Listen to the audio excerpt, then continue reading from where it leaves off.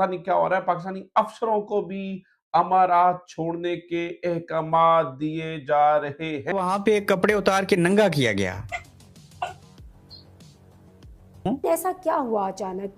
कौन सा नाम जो है वो हसन है, कौन सा हुसैन है, किसका नाम अली है, किसका नाम अब्बास है, उठाओ और इनको जेलों में डालो, इन पे तशद्दुद करो। वो बढ़ बढ़ कर काम करते हैं और इसीलिए पाकिस्तानियों के नखरे बहुत हैं। वो अपने आप को पता नहीं क्या तोप समझ रहे होते हैं। अचानक कि पाकिस्तानियों को जबरी तौर पर वहां से निकाला। आप सब्र रखिए, सब्र रखिए। आप जिंदा हैं, सेहतमंद हैं, काम कर सकते हैं, सारी चीजें होंगी। आप इतने दिल बर्दाश्ता ना हो। पाकिस्तान की लीडरशिप को यूएई का एक ट्रिप लेना चाहिए और जाके जो अगर उनके साथ कोई ऐसी चीजें हैं उनके दिल में या कोई मुगालते हैं या मिसअंडरस्टैंडिंग्स हैं, उनको दूर करना चाहिए। जो दुबई की पूरी दुनिया के अंदर शोहरत आप कह लीजिए, वो अपने इंफ्रास्ट्रक्चर के हवाले से, माशी हब के हवाले से, सिक्योरिटी के हवाले से भाई अपनी मिसाल आप दें। और ये खबरें सामने निकल के आ रही हैं कि यूएई ने पाकिस्तान के जो लोग वहाँ यूएई के अंदर, चाहे वो नौकरी कर रहे हो, चाहे कुछ भी क्यों ना कर रहे हो, वहाँ पे रह रहे हो, उनको धक्के मार मार के यूएई से निकालने का प्लान जो है वो बना लिया और वो सक्सेसफुल होता हुआ नजर भी आ रहा है। और इतना ही नहीं, अब की बार तो ऐसी फजीहत और बेइज्जती करके इनको धक्के मार के निकाला जा रहा है, वो काफ़ी देखने लायक है। काफ़ी लोगों को इससे काफ़ी ज़्यादा जो है मज़े भी आ रहे हैं कि कैसे जो है इनको धक्के मार के वहाँ से भगाया जा रहा है। लेकिन अब मुद्दा ये है कि पाकिस्तान को बेसिकली यूएई के यहाँ जा करके बातचीत करनी चाहिए कि आखिर इनको दिक्कत क्या है, आखिर इनको प्रॉब्लम क्या है जो ये पाकिस्तानियों के साथ ऐसा बदलता हुआ रुख जो है वो दिखा रहे हैं। आखिर यूएई जो है वो तो पाकिस्तान का अच्छा दोस्त हुआ करता था, अच्छा भाई हुआ करता था, लेकिन वो ऐसा क्यों कर रहा है? 9 की या 10 की बात है, मैं दुबई गई थी। वहाँ पर मेरे कज़न जो है एक वो उनका घर है, वहाँ रहते हैं। तो मैं अपनी मदर के साथ गई थी। तो सर वहाँ पर जो है हम उनके घर गए तो पेंट वो लोग करवाना चाह रहे थे अपने घर को। उस वक्त बात हो रही थी कि उनके ये ऐसे पेंट नहीं करूंगा वैसे। उसके बाद पैसे भी ज्यादा बता रहा था। वो कहने लगी कि हमने फिर इंडियन एक था उसको बुला लिया। तो ठीक है, यहाँ पर इंडियंस जो है वो बढ़ बढ़ कर काम करते हैं और इसीलिए पाकिस्तानियों के नखरे बहुत हैं।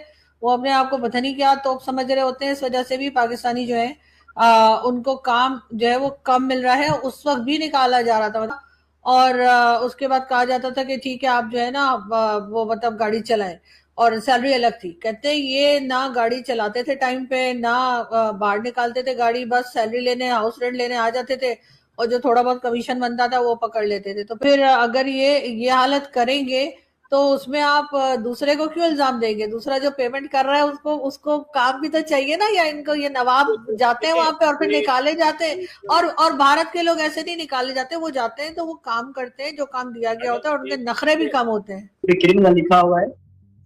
एक बात बताइए, आप गिलगित बल्तिस्तान स्कर्दू से हैं, नाम है शकूर अली। अब 1000 बंदे को जानता हूँ। कितने? 3000 जो इस टाइम जिसकी मेरे पास लिस्ट भी है। अगर हुकूमत पाकिस्तान उसके ऊपर कोई कमेटी बना चाहे कि जाहिर है कि ये पाकिस्तानी है जिनके तकरीबन 3 दहाइयाँ वहाँ पर गुजारी हैं, जिन्होंने अपनी कहते हैं ना यूएई की तरक्की में कलीदी किरदार अदा किया है। वरना क्या थी एमिरेट्स, क्या थी दुबई एयरलाइन, क्या थी इत्तेहाद एयरलाइन? ये एयरलाइंस हम उठाने वाले दुबई को, जो आज चमकता दुमकता दुबई है, इसको पाकिस्तानियों का खून और उनकी पसीना शामिल है। आज आप उनको नामों की बुनियाद पर, और क्यों हुआ है ये अहम। कौन सा नाम जो है वो हसन है, कौन सा हुसैन है, किसका नाम अली है, किसका नाम अब्बास है, उठाओ और इनको जेलों में डालो, इन पे तशद्दुद करो। और ये सब कुछ हुआ है यूएई में। पे कमेंट कर। आपको वहां पे कपड़े उतार के नंगा किया गया। आप सब्र रखिए, सब्र रखिए। आप जिंदा हैं, सेहतमंद हैं, काम कर सकते हैं, सारी चीजें होंगी। आप इतने दिल बर्दाश्ता ना हो। पता नहीं क्या हो रहा है, पाकिस्तानी अफसरों को भी अमारात छोड़ने के अहकामात दिए जा रहे हैं। जो दुबई की पूरी दुनिया के अंदर शोहरत आप कह लीजिए, वो अपने इंफ्रास्ट्रक्चर के हवाले से, माशी हब के हवाले से, सिक्योरिटी के हवाले से भाई अपनी मिसाल आप दें। और यही चीजें अब उनकी बेसिकली दांव पर लगती हुई नजर आ रही हैं। पाकिस्तान की लीडरशिप को यूएई का एक ट्रिप लेना चाहिए और जाके जो अगर उनके साथ कोई ऐसी चीजें हैं उनके दिल में या कोई मुगालते हैं या मिसअंडरस्टैंडिंग्स हैं उनको दूर करना चाहिए। तो इटली गई थी, मुझे तो इटली में भी लोग भीख मांगते हुए मिले थे, तो मैंने कहा लोग यहाँ भी पहुंचे हुए हैं। तो सर वो तो हर जगह भीख मांगते हैं, लेकिन पकड़े हमारे ही जाते हैं। अनाड़ी है या तो पता नहीं। वो देखिए, बात सिंपल सी है। मैं इसको जियोपॉलिटिकल कॉन्टेक्स्ट में बात कर रहा था। ये नहीं है कि एक घर में पेंट का मसला हो गया तो उसको जियोपॉलिटिकल सिचुएशन से लिंक कर दें। 2016 के किसी एक घर का मसला जो है वो उसका लिंक 2026 की ईरान अमेरिका की लड़ाई का फॉल आउट नहीं है। पाकिस्तानियों को निकाल दिया आपने, अमेरिका और ईरान के मिसाइलों के बीच में अपनी आंटी की टेंशन भी डिस्कस कर दी। मतलब 2000 पाकिस्तानी अफसरों को, खास तौर पर लेबर के साथ पता नहीं क्या हो रहा है, पाकिस्तानी अफसरों को भी अमारात छोड़ने के अहकामात दिए जा रहे हैं। पुन ये है कि लोग ये सोचते हैं कि ये जो सिक्योरिटी सिस्टम पाकिस्तान के तमाम एयरपोर्ट्स पर लगेगा, इसकी एक्सेस डायरेक्टली अमेरिका और इसराइल के पास होगी। कहा तो ये जा रहा है कि पाकिस्तानी एयरपोर्ट्स पर ये एक डिटेक्शन सिस्टम लगेगा जो क्रिमिनल्स को और ऐसे थ्रेट्स जो दूसरी दुनिया के ममालिक को भी हों, मसलन दहशतगर्द हैं, उनको अर्ली डिटेक्ट कर लेगा। लेकिन इससे ये भी जहन में रखिए कि पाकिस्तान के फिर एयरपोर्ट्स में से कौन आता है और कौन जाता है, हर तरह का डाटा फिर अमेरिका और इसराइल और उन तमाम छोटा नेशनल सिक्योरिटी थ्रेट हो जितना कुछ पहले हम कर चुके हैं और करने जा रहे हैं। बहरहाल ये भी एक खबर थी जो आपके सामने रखनी थी। इसके ऊपर आज बहुत बातचीत हो रही है और सबसे इंटरेस्टिंग बात आपके लिए कि ISPR और ISI ने मना कर दिया है पाकिस्तानी टेलीविज़न चैनल्स को कि इस खबर के ऊपर बातचीत नहीं करनी। तमाम व्लॉगर्स जो पाकिस्तान के अंदर हैं, मेजर व्लॉगर्स, उनको भी मना किया गया है और तमाम टेलीविजन्स को भी मना किया गया है कि आपने इसके ऊपर कोई तर्क रखने की कोशिश करता था। आसिम मुनीर साहब ने माशाल्लाह ऐसी महारत के साथ वहाँ पर जाके सौदेबाजियाँ और पार्टीबाजियाँ की और एक जगह से उड़ के जहाज़ पर दूसरी जगह इतनी स्पीड से पहुँचे कि ना सऊदी अरब अंदर से हमसे खुश है और ना ही अब UAE। पाकिस्तानी जो हैं UAE के अंदर उनको आहिस्ता आहिस्ता वहाँ से निकाला जा रहा है। और सुनने में ये भी आता है कि हाल ही में जो एक पाकिस्तानी, जैसा कि आपने देखा किस तरह से खबरें सामने निकल के आ रही हैं कि UAE से लात मार के, जूते मार करके, चप्पलें मार मार के जो है इन पाकिस्तानियों को निकाला जा रहा है। ये कहीं भी जाते हैं तो एक ही प्रोपेगेंडा होता है, या तो लेबर मजदूर बन जाएंगे या फिर अगर अच्छी जगह पे काम भी कर रहे हो तो चोरी चकारी करने और क्राइम करने में तो सबसे आगे होते हैं। तो हर कोई देश जो है वो इसको धक्के मार के ही बाहर निकालता है।